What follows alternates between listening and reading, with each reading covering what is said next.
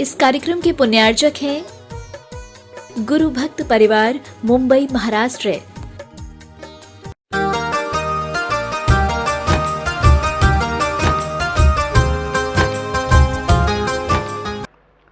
द्वितीय गाथा के माध्यम से ये बताया सम्यक दृष्टि कौन है।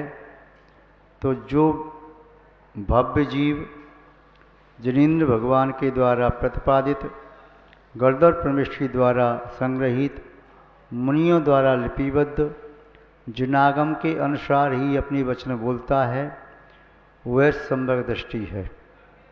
तृतीय गाथा में बताया कि जो कोई भी जीव मत सत ज्ञान के क्षयोशम के बल से अहंकार युक्त होकर के जो कुछ भी मन में आया वह बोलता है, और ये कह कर के बोलता है कि ऐसा जिनेन्द्र भगवान ने कहा है। गाथा नंबर 5 को यहाँ पर देखते हैं। 4 नंबर की गाथा में यदि किसी को किंचित जिज्ञासा शेष रही हो, कोई विषय समझ में नहीं आ रहा हो, तब निसंकोच आप पूछ सकते हैं। निश्चय व्यवहार के बारे में कल थोड़ा सा बताया था। व्यवहार मार्ग है, निश्चय मंजिल है। व्यवहार कारण है, निश्चय कार्य है। व्यवहार बीज है और निश्चय वृक्ष है। व्यवहार सीढ़ी है और निश्चय छत है। व्यवहार रॉ मटेरियल है और निश्चय उसका जो कंप्लीट जो उसका प्रोडक्ट है, जो भी आपकी वस्तु आ रही है आउटपुट, वह है। तो ये सब आपने देखा था और आप इसे समझ भी रहे हैं, क्यों वर्तमान काल में कदाचित एकांतवादी व्यक्ति इन बातों से भ्रमित कर देते हैं भोली जनता को। अरे निश्चय के बिना समदृष्टि कैसे होंगे, क्या होगा, तो भोली जनता समझ नहीं पाती, तो वे भ्रमित हो जाते हैं और बार बार एक बात को, मिथ्या बात को सुनते हैं ना, तो लगता है वो ठीक कह रहे होंगे। 100 बार झूठ को कहा जाए तो झूठ भी सच्चा सा लगने लगता है, किंतु जब सत्य को समझते हैं तब लगता है हम तो कहाँ मिथ्यात्व के या मिथ्या के असत्य के गर्त में पड़े थे। अरे सत्य तो ये है। तो निश्चय व्यवहार को समझना बहुत आवश्यक है। इसलिए कल आपको समझाया था, सबसे पहले होता है निर्णय, उसके बाद होता है व्यवहार, उसके बाद होता है निश्चय। एकांतवादी कवि क्या कहते हैं, वे कहते हैं निश्चय पहले होता है, व्यवहार बाद में होता है। भाई ये बताओ, जब निश्चय पहले हो गया तो फिर व्यवहार करने की क्या आवश्यकता है। जब छत पे पहुंची गई तो सीढ़ियों पर व्यक्ति कौन चढ़ेगा, अब सीढ़ियाँ तो छूट गई। जब आपकी भोजन सामग्री तैयार हो गई और रसगुल्ला मुंह में पहुंच गया, तो क्यों अब मावा तैयार करोगे, क्यों घी लाओगे, क्यों अग्नि जलाओगे, क्यों क्या सब सामने इकट्ठा करोगे। तो ये सब क्रियाएं व्यवहार में की जाती हैं, और व्यवहार में करने के उपरांत निश्चय की प्राप्ति होती है। बीज से लेकर के वृक्ष तक की यात्रा सब व्यवहार है, और वृक्ष पूरा हो गया तो निश्चय हो गया। जब वृक्ष पूरा तैयार हो गया तो बीज से वहाँ फल तक की यात्रा व्यक्ति क्यों करेगा, समझ रहे। एक बात और थोड़ा सा वर्तमान काल में भव्य जीवों को भ्रमित कर रही है, कुछ एकांतवादी भ्रमित कर देते हैं। क्या कहते हैं कि चौथे गुणस्थान में स्वरूपाचरण चारित्र होता है। क्या कहते हैं एकांतवादी, क्या कहते हैं, चौथे गुणस्थान में स्वरूपाचरण चारित्र होता है। ये चौथा गुणस्थान कौन सा है, तो आप जानते हैं पहले गुणस्थान का नाम है मिथ्यात्व, पहले का नाम, दूसरे का नाम सासादन, तीसरे का नाम मिश्र अथवा सम्यक मिथ्यात्व, चौथे का नाम अविरत सम्यक दृष्टि। अविरत, असंयत, अविरत। पांचवें का नाम देशव्रत, देशव्रत, अनुव्रति, देशव्रति या देश संयमी या एक देशव्रति, ऐसे कहते हैं। छठवें का नाम है प्रमत्त विरत, सातवें प्रमत्त, डबलता प्रमत्त और विरत, वहाँ पर ई की मात्रा और रत, विरत। सातवें का नाम है अप्रमत्त विरत।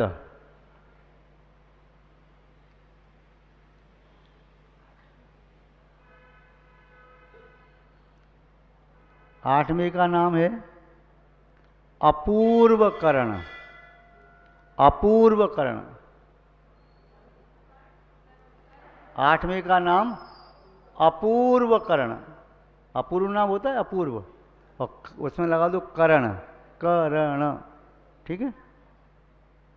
नौवें का नाम है अनिवृत्तिकरण, अनिवृत्ति, अनिवृत्ति करण, अनि अनि अनि, अनि, अनि छोटी नी, अनिवृत्तिकरण, वृत्ति वहाँ पर री लगा करके से, अनुवृत्तिकरण।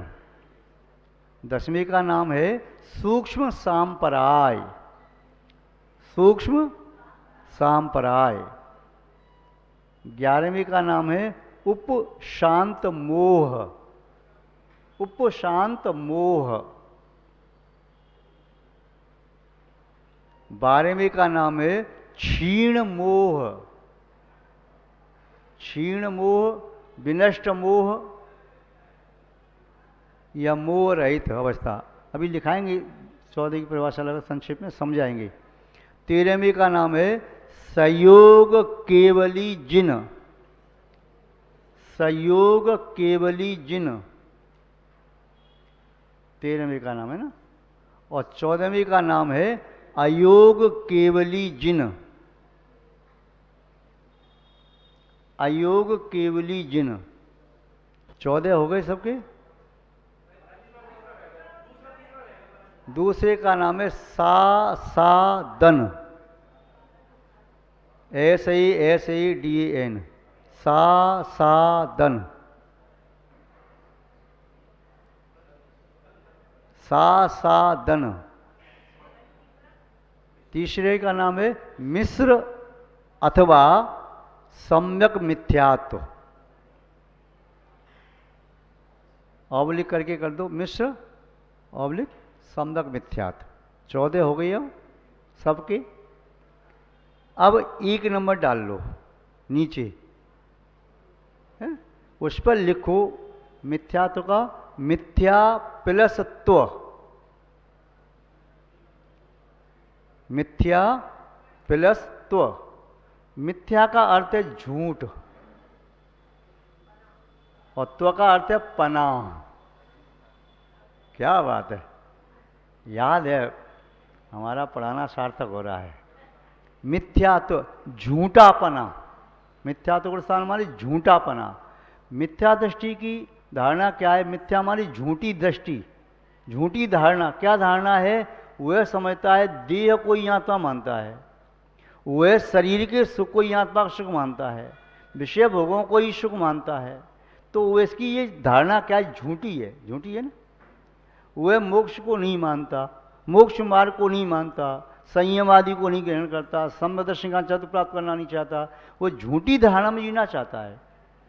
जैसे कोई व्यक्ति का मन खराब हो जाए, जैसे कोई पिता अपने बेटे से कहे बेटा उस लड़की से मन न लगा, वो नीच कुल की है, कुसंस्कारी है और उसके घर में तो गंदी वस्तुएं चलती हैं, गंदा खाना चलता है। तो कहते नहीं पापा, उसके बिना तो मैं मर जाऊंगा, शादी करूं तो उसी से करूंगा। तो उसकी धारणा कैसी है? अब खूब समझा रहा पिता उसको, धारणा उसकी कैसी हो गई? मिथ्या है ना। उसके जीवन में क्या आ गया? मिथ्यापन आ गया। ऐसे ही हम संसार की अंगनाओं के प्रति, संसार की स्त्रियों के प्रति ये धारणा बना के बैठे हैं, ये स्त्री प्राप्त हो जाएगी तो सुख मिलेगा। कि सच्ची अंगना कौन है? मुक्ति अंगना। तो उसे तुम भूल के बैठे हैं। तो हमारे पिता अनंत भगवान में समझा रहे हैं कि तुम्हारी समझ में आई नहीं रही, खोपड़ी में बात नहीं घुस रही। पिता कहता है ना बेटा वो चांडाल की बेटी है, बेटा वो मांस खाने वाली, मदरा पीने वाली, वो क्रूर कर्म हिंसा करने वाली, तू उच्च कुल का बेटा है, तू अच्छे कुल में जन्म लिया, बेटा तू क्यों उसे मन लगा के बैठ गया? चल कोई बात नहीं, भूल हो गई, अब तो समझ जा। तो जो व्यक्ति समझदार होता है हाँ पापा मुझसे भूल हो गई, मैं प्रायश्चित ले लूँगा, अब मैं ऐसा नहीं करूँगा। और किंतु जो व्यक्ति दुष्ट होता है वो कहता नहीं मैं मर जाऊँगा किंतु उसे छोड़ूंगा नहीं। तुम्हें क्या मालूम, मुझे तो उसमें ही सुख मिलेगा, तुम मेरा सुख नहीं चाहते हो, मेरा हित नहीं चाहते हो, मुझे नरक में ढकेलना चाहते हो। अरे मेरा जहाँ मन मिला उसे मुझे मिलने क्यों नहीं देते, मुझे अपना जीवन साथी क्यों नहीं बनाने देते। तो धारणा कैसी उसकी? इसी बात को लड़के की ओर से ली है, ये बात लड़की की ओर से भी हो सकती है, पर मैंने बात बताई नहीं तो आप कहेंगे देखो महाराज जी ऐसी बात कह रहे हो, इसलिए वैसी बात कह दो, ऐसी बातें मत कहो। तो ये समझ में आ गया मिथ्या माने झूठपना। और दृष्टि का अर्थ होता है दृष्टि देखना। जैसे किसी को हो रहा है कि सामने टंगा तो घंटा है मंदिर का, और आपको क्या लग रहा है यह कोई चद्दर सी टंगी है, तो आपकी दृष्टि में क्या झूठपना आ गया कि नहीं आ गया? जो है वो तो नहीं दिखाई दे रहा, जो नहीं है वो दिखाई दे रहा है। पंखा जब चलता है तो क्या दिखाई देता है? गोल सर्किल, और जब बंद होता है तो तीन पाखुड़ी। जब उसमें है तो तीन पाखुड़ी, गोल सर्किल कहीं है क्या? किंतु मिथ्या दृष्टि को गोल सर्किल दिखाई दे रहा है, सम्यक दृष्टि ने पहले देख लिया था तो चलते हुए भी उसे कह रहे तीन पाखड़ी हैं, वह तीव्र गति से गति कर रही हैं, तो उसका सर्किल सा बन गया है, पर सर्किल है नहीं, सर्किल दिख रहा है। यही तो मिथ्या दृष्टि मिथ्यापना ही तो है। संसार में सुख दर्पण में मुख है नहीं, दिखता है। दिखता है? दर्पण में मुख नहीं दिखे तो कौन देखे दर्पण को? जब दर्पण हाथ में लेके देखते ही उसमें मुख दिखता है। और संसार में सुख दिखता है। मेरे पास पैसा आ जाए, 1000 से 10,000, 1 लाख, 10 लाख, 50 लाख, 1 करोड़, 10 करोड़, 20 करोड़, 50, 100 करोड़, 1000 करोड़ का मालिक, लाख करोड़ का, मैं खूब धनी हो जाऊंगा, सुख हो जाए मेरे पास इतना। या मेरे पास सुंदर सुंदर स्त्रियां हों जिनके साथ मैं भोग करूं, रमण करूं, क्या सुख आएगा, क्या आनंद आएगा। मुझे खूब अच्छे पद की प्राप्ति हो जाए, प्रतिष्ठा मेरी हो जाए, मेरा रूप सौंदर्य अच्छा हो, भोग सामग्री मेरे पास उत्कृष्ट हो, तो मैं सुखी हो जाऊंगा। ये धारणा सही है कि गलत है? तो ऐसी इसकी धारणा है, वो कौन? सम्यक दृष्टि की मिथ्या दृष्टि? समझ में आ रही कि नहीं आ रही बात? पक्का? तो अपन को ये दृष्टि छोड़नी है कि पकड़ के रखनी है? कैसे छूटेगी?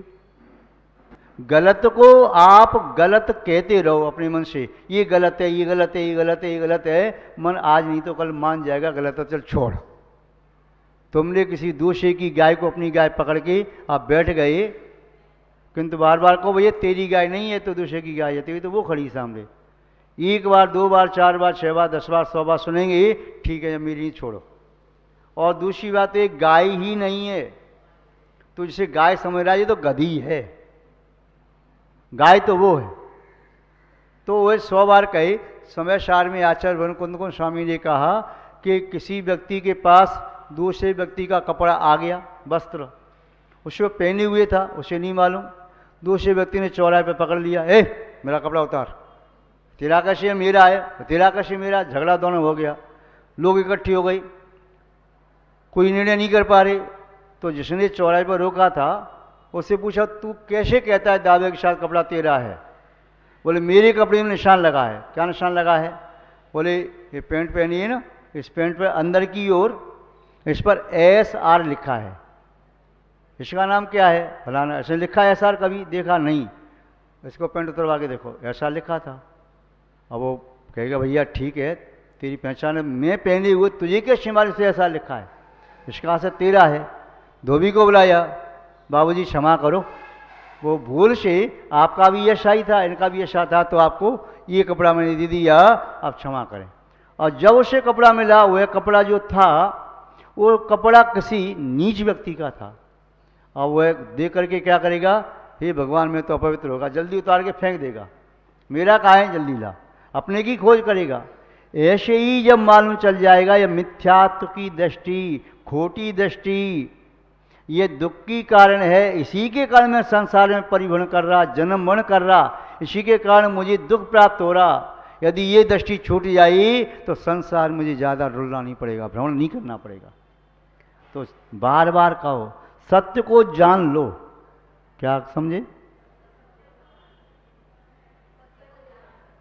सत्य को जान लो, आज नहीं तो कल मान लोगे। मैं ये नहीं कह रहा मान लो, मानना न मानना तो आपके हाथ की बात है, किंतु जान तो सकते हो। जान लो, सत्य को सत्य कह दो कि हाँ वास्तव में ये सही है गलत है, ये सही है गलत है, ये सही है गलत है, तो आज नहीं तो कल तुम्हारा मन सही को स्वीकार कर लेगा। और तुमने गलत को ही सही मान लिया हो तो, जो अंधकार को ही प्रकाश कह के बैठ गया हो तो, जो जहर को ही अमृत समझ के पी रहा हो तो, जो मिर्ची को ही मिश्री समझ के खा रहा हो तो, जो इंद्रायणी के कड़वे फल को समझ रहा है यह तो मीठा आम है, कौन समझाए? तो मिथ्या धारणा यही होती है कि जिसने सही को गलत और गलत को सही, मिथ्यात्व की परिभाषा ये भी है कि जो सच्चे देव को झूठा देव, झूठे को सच्चा, सच्चे शास्त्र को मिथ्या शास्त्र, झूठे शास्त्र को सच्चा शास्त्र, सच्चे निर्गंत गुरुओं को वह सामान्य और मिथ्या दृष्टि जो कुलिंगी है उन्हें सच्चा गुरु मानता है। धर्म को कुधर्म और कुधर्म को धर्म मानता है, वह मिथ्या दृष्टि है। तत्व में अतत्व बुद्धि, अतत्व में तत्व बुद्धि, वह मिथ्या दृष्टि है। मिथ्या माने झूठी, विपरीत, अपोजिट, सत्य के बिल्कुल विलोम। तो उसे क्या करें? उसे बार बार कहते रहो, दिखाते रहो ये गलत है। छोटा बालक भी जिद कर जाए मैं तो यही खिलौना लूँगा, यही लूँगा, यही लूँगा, उसे सही भी दिखाते हो, बेटा देखो ये खिलौने में कील लगी हुई है तो उसको बार बार छुओगे तेरे हाथ लहूलुहान हो सकते हैं, इसको देख ले ठीक है। और ये गंदी चीज़ें खाने में अच्छी लग रही तो ये पर गंदी चीज़ें, ये अच्छी नहीं है। पिज्ज़ा, बर्गर, चाउमीन, पाव भाजी वगैरह ये क्या क्या चीज़ें गंदी होती हैं। ये पाश्चात्य का भोजन, भारतीय भोजन नहीं है। भारतीय भोजन मसाले से युक्त होता, उसमें औषधि भी होती, पाचक होता, स्वास्थ्यवर्धक होता। ये गंदी है, सड़ा गला करके तीखा मसाला डाल करके आंतें खराब करने वाला है। बालक नहीं मानते, बार बार कहो, बार बार कहो, जब उसके पेट में दर्द होगा, उसे फिर भूख नहीं लग रही, उल्टी हो रही, दस्त लग गई, अब कहता मम्मी अब तो इसे देखने की इच्छा तक नहीं हो रही है, मैं अब तो नीम लेता हूँ, खाऊंगा ही नहीं, क्योंकि आप ठीक कहती थी ये गलत चीज़ है, अब ये चीज़ मैं खाऊंगा, मुझे तो अपना भारतीय भोजन दे दीजिए। चाहे रायता है, चाहे कढ़ी है, चाहे सब्जी है, चाहे दाल है, चाहे दलिया है, चाहे खिचड़ी है, चाहे फोगदा है, चाहे मान लो और भी नाना प्रकार के भारतीय संस्कृति भोजन में हजारों आइटम हैं, उन्हें खाओ, आनंद के साथ खाओ, स्वास्थ्यवर्धक है। उन्हें देख करके भी आंखों में चमक आती है। लोचन सुरसना घ्राण उर उत्साह के करतार हैं। भारतीय संस्कृति के व्यंजन कैसे हैं? लोचन आंख को तृप्ति देने वाले, रसना देख करके मुंह में पानी आ जाए, लोचन सुरसना घ्राण नाक का गंध से तृप्त हो जाए, और हृदय में आनंद उत्साह खाने की लालसा के मैं खाऊं इसको। जैसे आपको इमली देख करके नाम सुन के आ गया महिलाओं के मुंह में, इमली का नाम सुन के देख करके इमली लगी पेड़ पर या कहीं गए, इमली खाने की इच्छा होती, खट्टा खाने की इच्छा होती महिलाओं की। पुरुषों को चरपरा या मीठा, महिलाओं खट्टा, और पुरुष के सामने उसकी यथेष्ट मिठाई आ जाए तो या तो मुंह घुमा लेगा वो, उन्हें देख करके आंखों में उसको ललचाएंगी और जीभ उसकी बार बार होठों तक आएगी।